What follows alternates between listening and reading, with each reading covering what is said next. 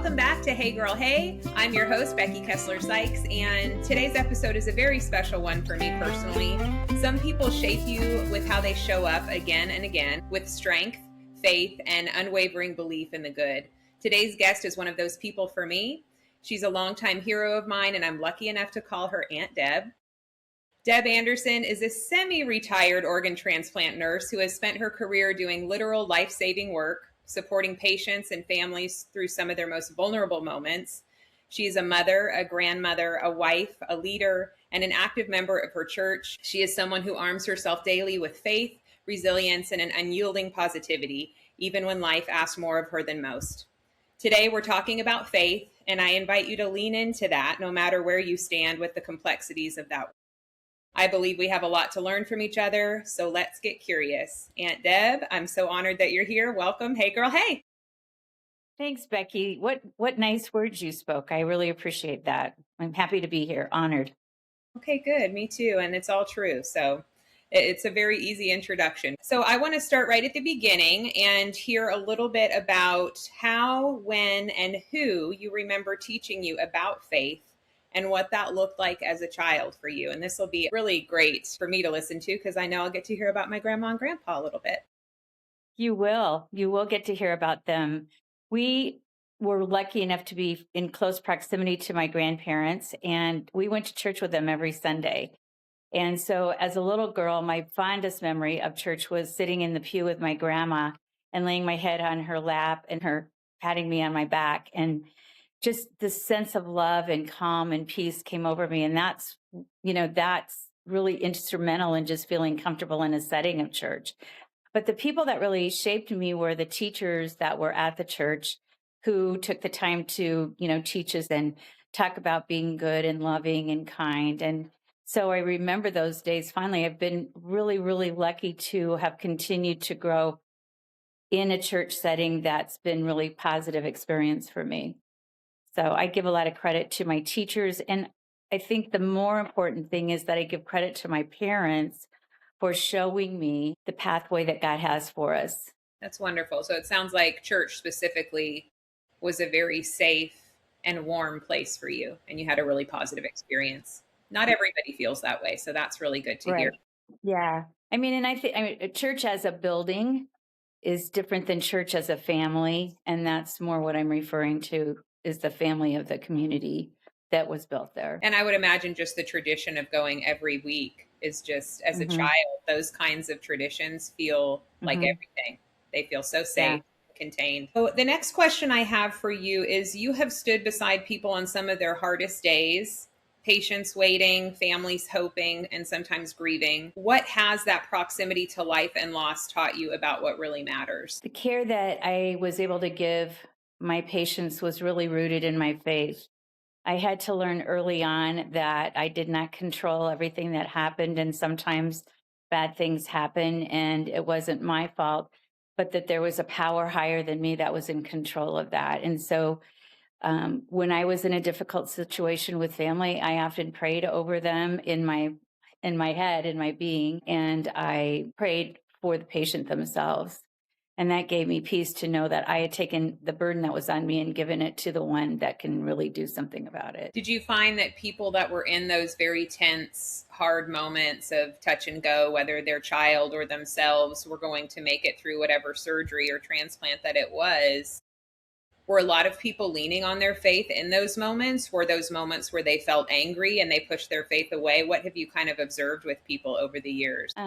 Becky, I worked with a lot of families with young children, and I find that there's often a gap in faith at that point in life. And so I didn't push what I was feeling onto them, but just used what God had given me to comfort them. Hopefully they were able to grab onto something. For me, it would be faith that would get them through that journey.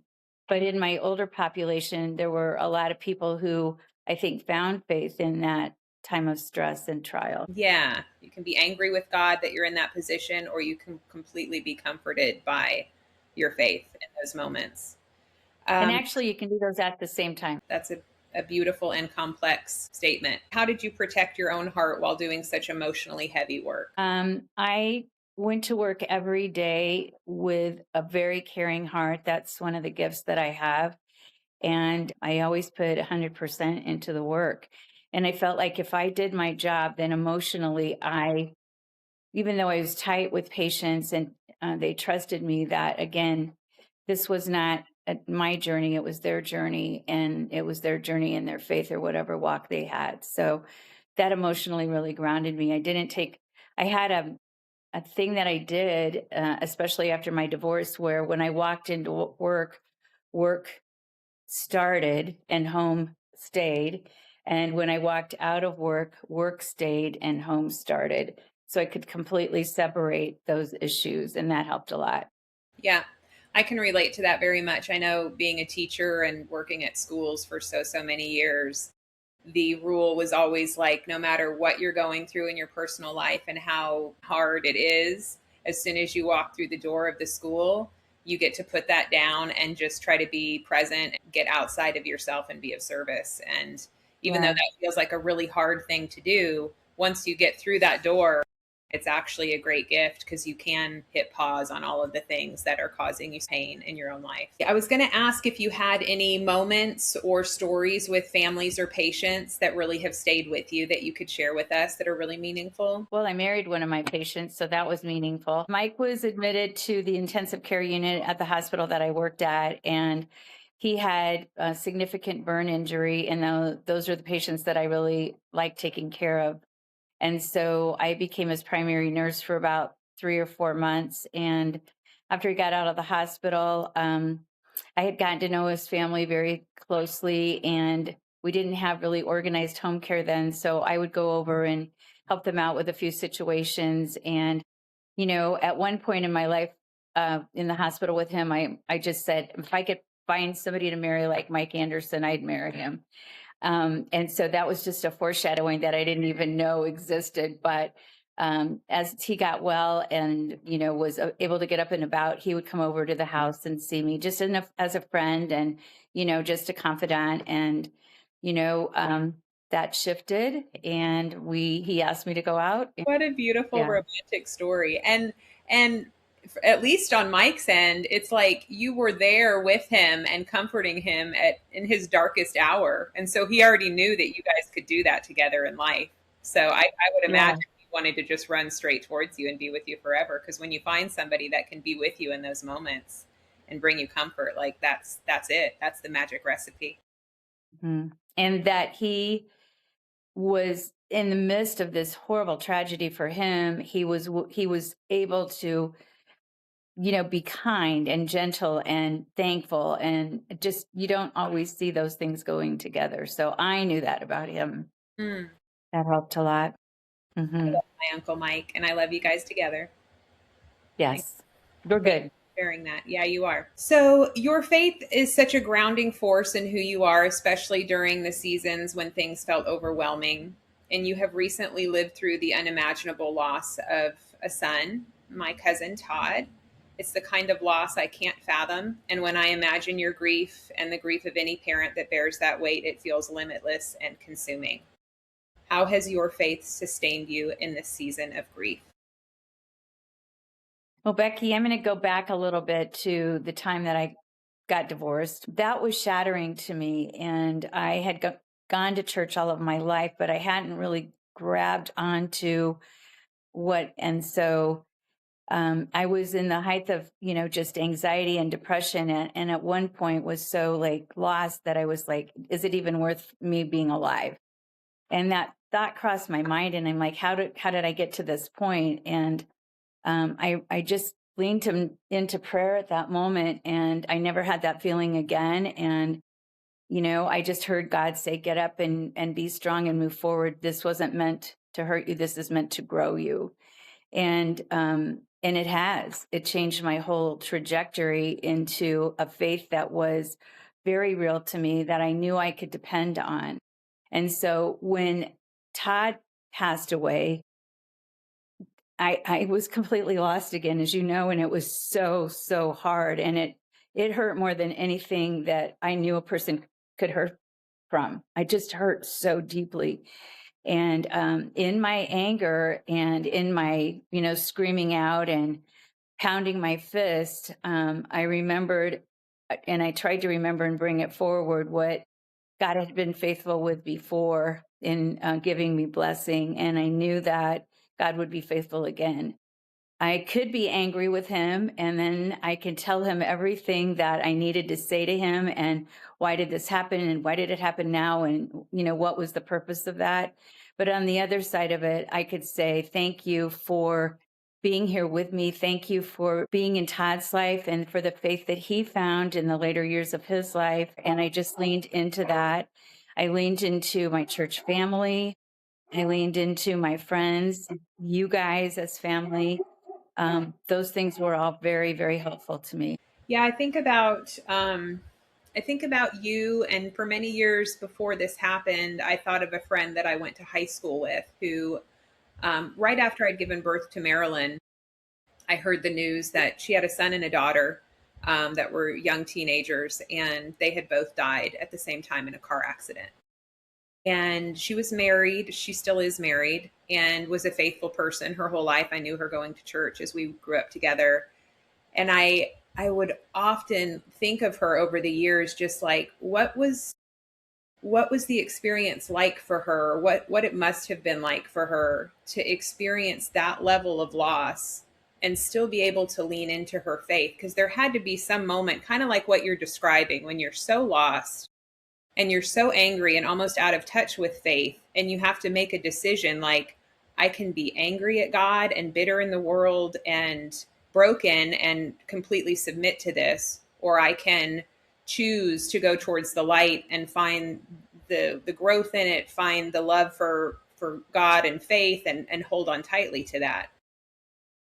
And I don't know if it's one decision that you make and then you pursue that path, or if it's a daily thing that you have to keep going towards. But it just seems like an unimaginable hump to get over. Becky, I did make that choice. I did absolutely think about making that choice when I was divorced. I started down the pathway of drinking wine and going out and maybe, doing some sort of, young college kind of activities. It was a meaningless path. It didn't provide any, substance to me whatsoever, which is why I found myself, thinking about the things I was thinking about.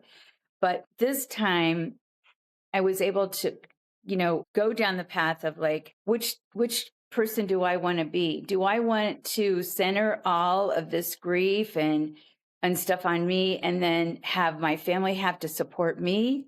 Or do I want to show the strength that I've received through my faith and my family, and support them in this time of sorrow? Because we have many grandchildren and they needed a lot of love and support. And so I knew that I couldn't be that person unless I leaned completely into my faith. So I had to absolutely make that decision every day. This is what you want. Stay on this path. And that was very, very helpful to have a purpose like that. Yeah, I think purpose is huge. I mean, I know you and have known you always to be a person that's in service of others, and has been kind of this inspiration of positivity and work ethic, and and just focused and forward motion. Not to dismiss and not feel, that's certainly not the message, but No, that was not, no. Mm-mm. no, but feel it and go to the darkest edges of it, but stay here with us and find a way to move forward with that grief. So you've been a complete inspiration. I don't really know how you've done it, Aunt Deb. I love you so much.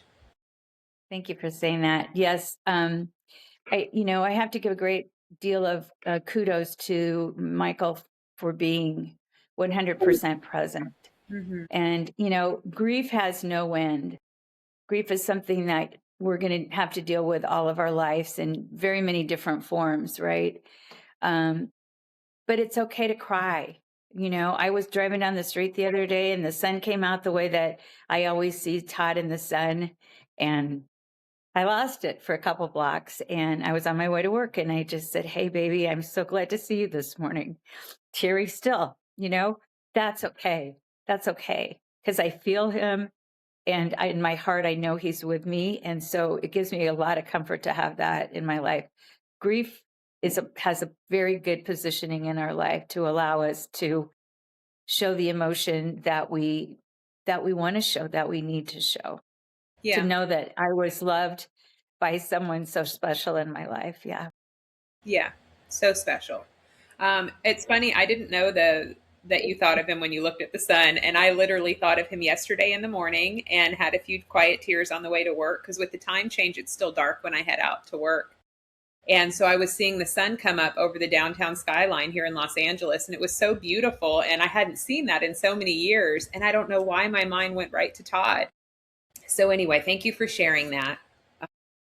There's so much more to say about it, but I think we'll keep some of it just for our family and our conversations around the kitchen table. But thank you for being so open about it. I appreciate it. Of course. How do you stay rooted when things feel uncertain or unfair? I have to get to the point where I admit that I can't handle these things on my own.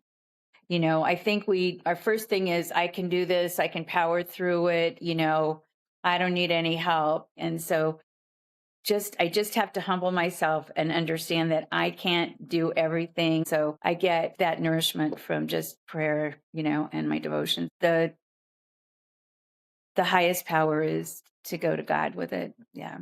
I don't consider myself a religious person at all, but I do have a faith of my own. And I feel like when I connect to Source, the vehicles for me, instead of going to a church, it's music usually that takes me there. When I'm singing with my eyes closed or I'm driving down PCH with the windows down and looking at the view, and then also just being in nature anytime I'm on a hike or, outside the city or catching a sunrise or being at the beach. Like I just feel like there is such an order and grandness to things that are it's so beyond my understanding that I can't help but feel connected to Source and acknowledge. Yeah. So that's what it feels like to somebody who isn't necessarily religious, but definitely feels in connection to God. Right. I'd like to just change that up a little bit because religion is law. We don't practice the law. We practice faith, which is a completely different thing. It's binding in a completely different way. It's binding by my heart and my relationship and not what someone that's human told me to do. So I really like that disconnect between religion and faith. So religion can be a definition, but it's not an action. Well, and I'm glad you acknowledge that. And that's sort of why I wanted to have this episode center around faith and use that word specifically as opposed to talking about religion because it can be more open ended because religion is a turnoff to a lot of people for a lot of good reasons. Hmm. But it would be such a shame to just throw out the baby with the bathwater and just not even connection to God or spirit or faith because you don't subscribe to religion. Yes. And a church building is a gathering place, but it should be a gathering place of faith. Right. So again, a definition a little bit different than I go to church. Well, that's socialization, that's community. That's not necessarily faith or religion because there's a lot of people that don't practice either of those things in a church. How has your faith evolved over the years, especially through hardship? It's gone through a lot of phases. I think we can go, just as I was speaking of, we can go to church all our life and really not ever know, God. Faith is not just about salvation, but it's also about learning to live in peace in the life that you have here. And so it's a wonderful opportunity to live out my life in a really important way. And so I feel like I've grown into my faith as I've gotten older. And that is an experience for many, many people. What gives you purpose and more meaning? It really comes from continually asking, what's my purpose? What can I do to serve my family, my community? Um, leave the world a better place than where I found it. And so purpose for me right now is number one, since I'm retiring, Michael and I will have more time to spend together. I'll have more time to be with my son and my wonderful grandchildren. I have more time to just make my schedule my own so that if something is going on that where I'm needed at church for some ministries that I'm in, that I have the opportunity for that. Um, those things are all important and give me joy and give me things to look forward to every day. Hmm. Through your church or even just your community at large, do you find opportunities to mentor young women and kind of bring them along in their faith? I think that it's interesting that you asked me that question because when I was going through my divorce, there's a part, some scripture that says that older women should be a tall oak and they should train women sort of in the way they should go. Transfer their wisdom is essentially the thought. And so I was like, I want to be that for someone else so they don't have to walk this alone.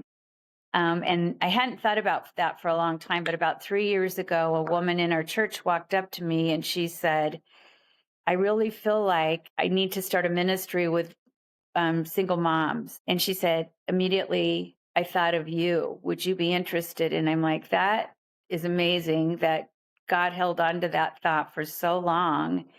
And I said, of course, yes. And so that's kind of my side ministry is to, I have a group that meets on Thursday nights. I do a lot of, like dinners and walks and coffees and stuff with young women in the church that are dealing with divorce. And it's such a blessing to me to be able to be there and, show them that there is survival and blessing at the end of that path. Hmm. So What a beautiful thing to be doing. Lucky them.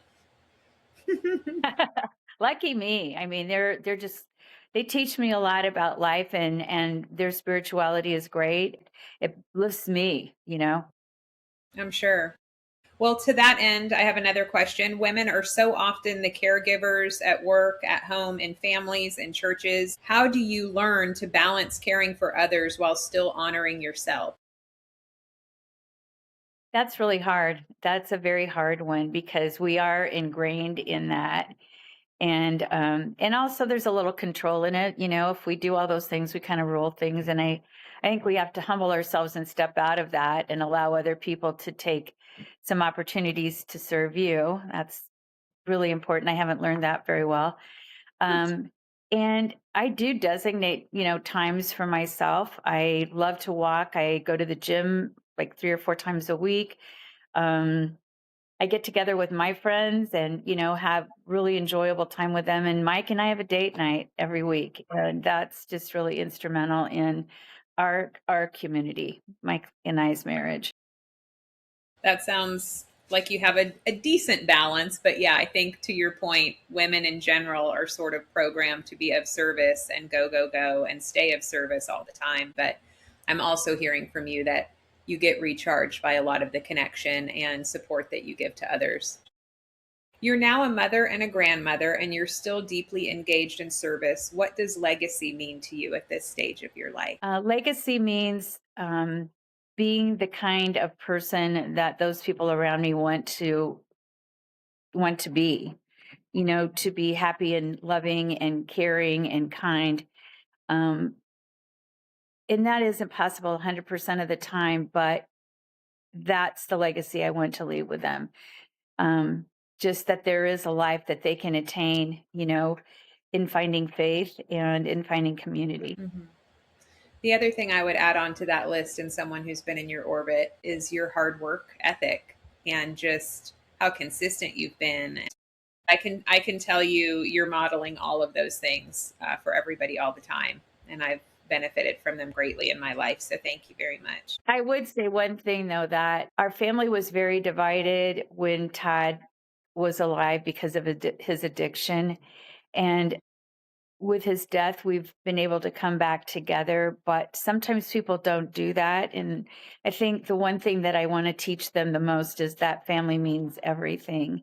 And that where there's conflict or unforgiveness, that those things have to be walked through with love. And hopefully the family can maintain. And sometimes we can't always get those things together, but then we have to replace whatever we hold with forgiveness. And I think that is, the key that I want to give to them to a happy life. Hmm. I think that's a really important add on. Thank you. What brings you the most joy right now? Right now, talking with you because I love you so much. I love you too. Joy comes in the moment. I just try to look at it every day and find the joy that's there. There's joy in the sunset. There's joy in, you know, it being 70 when it's supposed to be 40. There's joy in taking a nice ride with my husband and having a there's just joy everywhere. We just need to look for it. Yes. And being the type of person that looks for it is really, really important. I've always tried to be that type of person, and you've always been an inspiration in that way. It doesn't mean that life isn't hard. It doesn't mean that there's not a shitstorm going on in the whole world and you're not affected by it. It just means that after you feel all of those things, then what? You still have to go forward. You still have to go towards the light, or what are we doing? Well, before we close out, I would like to ask you our rapid fire signature questions here on Hey Girl Hey. Aunt Deb, name a place on your travel bucket list. Spain. Lights on or lights off? Lights on. What TV show title describes your life currently? Is there one called Chaos? Who would you pick as your road trip buddy? Whoever's available. Great. You have a lot of people that would be happy to hop in the car with you and go somewhere. I've been on many road trips with you and loved every single one of them. Aunt Deb, thank you not just for this conversation, but for the way in which you've lived your life. Your faith, your service, and your strength have impacted more people than you'll ever fully know, including me. To our listeners, today's episode reminded you of someone who lives life with purpose, resilience, and love. I hope you'll reach out to them and tell them. And if you're in a season where you're being asked to carry a lot, let this be your reminder to keep the faith. Until next time, we'll see you on Hey Girl Hey. Tune in, like, subscribe, and we'll see you on the next episode. Bye, everybody.